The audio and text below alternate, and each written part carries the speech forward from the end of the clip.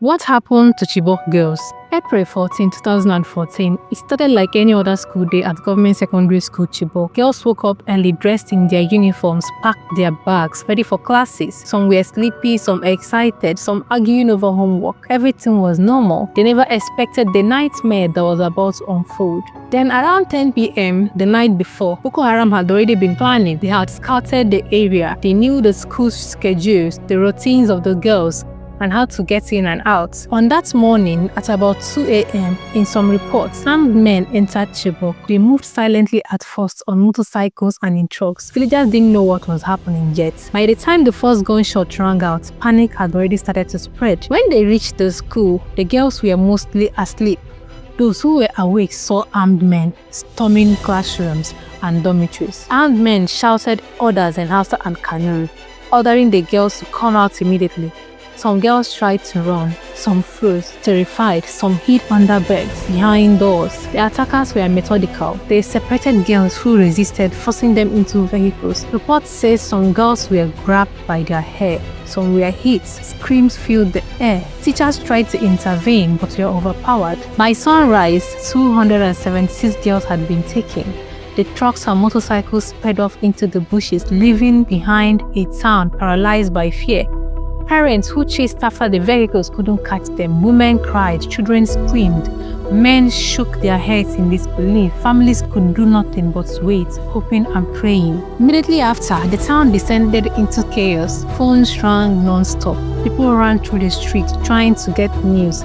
Villagers gathered at the school compound, some clutching uniforms, some clutching each other. There was shouting, crying, begging. Nobody could stop the kidnappers. And nobody knew where they had taken the girls. Word spread slowly at first. By late morning, the news reached the local government authorities, but the response was delayed. Military reinforcements were called, but they were not prepared, and they lacked proper intelligence. The Nigerian government later admitted there were failures in coordination and communication. Families were left with nothing. Mothers were desperate, fathers furious and helpless. Sisters and brothers waited, hoping, pleading with anyone who might have information. Days passed, weeks passed. The world started to notice after celebrities and activists began tweeting, "Bring back our girls." What made this abduction particularly brutal wasn't just the number of girls taken. It was the way it happened. Fast, organized, terrifyingly efficient. Every detail mattered to the attackers. Every second counted. Fear was absolute. Chaos was complete. And for the girls, the fear didn't end there.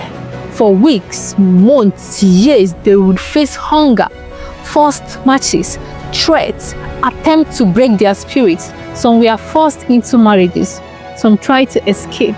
Some died, some never made it out. After the truck and motorcycle disappeared into the bushes, Chibok didn't feel like a town anymore. It felt frozen, silent, except for the crying of families. Mothers called the names of their daughter over and over, sometimes whispering, sometimes screaming. Fathers and older brothers ran through the dusty streets, trying to find clues, trying to chase shadows. Some villagers tried to follow tire tracks into the forest.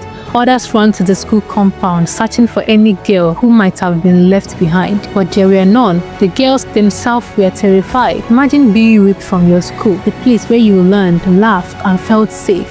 You are forced into trucks and buses. You don't know where you are going. The adults are armed. They shout, they hit, they separate you from your friends.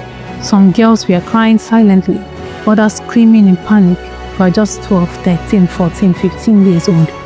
And then suddenly the world has turned upside down. The kidnappers moved fast. They didn't linger. They had already planned the routes, the safe hideout, the villages they would pass through to avoid dictation. Reports say the girls were taken deep into the Sambisa Forest, an area used by Boko Haram as a base. Some were forced to walk for hours after being unloaded from truck, barefoot, hungry and thirsty.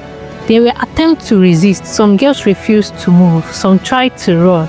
Some even attacked the captors, but they were beaten into submission. Fear kept the rest in line. Families tried desperately to get information. Phones were called, messages sent, local authorities alerted, but the initial response was slow. The local police didn't have the resources. The Nigerian military hadn't been fully mobilized. Days passed before any coordinated rescue attempt began.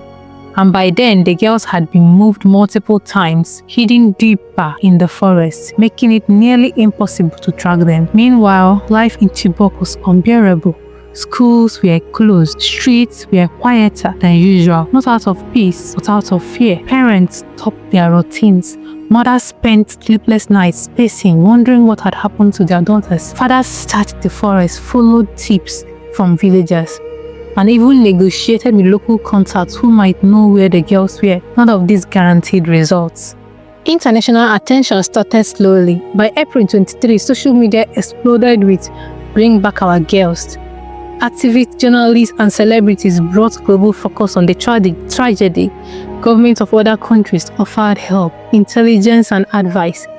But for the families, the world's attention didn't bring back their daughter. Every day was another test of hope, another day filled with grief and fear. For the girls, the forest was terrifying. Many had never been outside Chibok.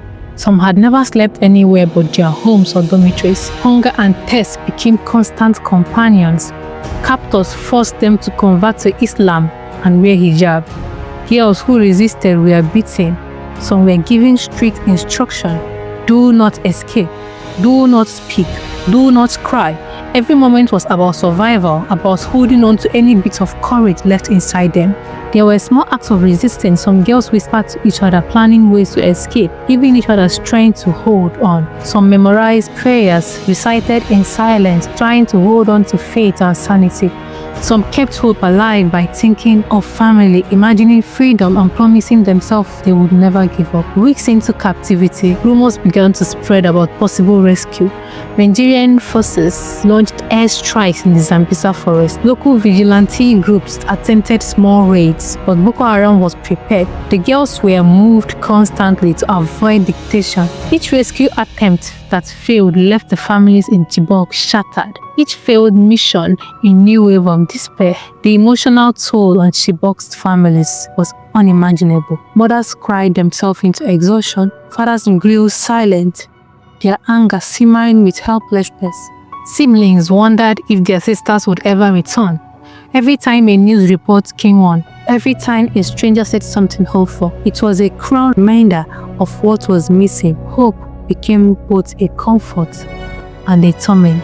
Months passed, the girls were still missing. Boko Haram released videos showing some of the girls they claimed had converted.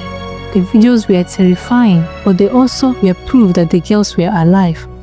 Families clung to this. Even though the images were painful, they were alive, but still trapped. The world watched, tweeted, and protested, but the girls remained deep in captivity. Some girls began to be forced into marriages with Boko Haram fighters. Others were kept in camps, guided, moved around constantly. Escape was nearly impossible, but a few managed it. The survivors would later tell stories of marching long distance, barefoot, hiding in the bush, and enduring threats and punishment. Their courage was remarkable, but it came at a cost. Physical, mental, and emotional scars that would last forever. By 2015, hundreds of girls were still missing. The Nigerian government continued searching operation, often criticized for inefficiency, poor planning, and lack of transparency. Families became vocal, demanding action, sometimes staged protests, yet progress was slow. International media covered the story in cycle headlines, appearing and disappearing. But for the people of Chibok, every day was a reminder of absence and fear. This is the reality of Chibok abduction, an organized, brutal, calculated act that tore children from their classroom, families from their homes, and the community into despair. It is not just a story of terrorism. It is a story of survival, of courage under unimaginable conditions, and of unending pain and hope. Families waiting for answer. Some girls eventually escaped or were rescued, but many endured unimaginable suffering, leaving scars that would never fully heal. And I ask again, what happened to the rest? What happened to Chibok girls? The world seemed to have moved on. These girls are still missing. The Chibok girls are no longer girls. Some were forced to grow up in the hands of their kidnappers. Some have become mothers carrying lives born from that nightmare. And yet the pain, the courage and the resilience of those men, you may forget the headlines, but they cannot forget their reality. Chibok girls are no longer girls, they are now mothers. Please like and subscribe for more stories like this.